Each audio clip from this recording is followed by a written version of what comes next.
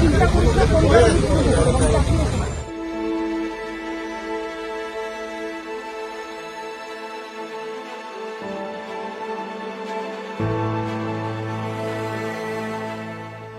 পরশুদিন বলবে একবার যেতে, আমরা টাইম দিয়ে দেবো, 1 লাখ টাকা আমি দিয়ে দেবো। যেটা হচ্ছে ও নিজেই কাজ করতে পারবে, ওর হাতটা ঠিক হয়ে যাবে। চাকরিটা ওর নামেই নিতে বললো।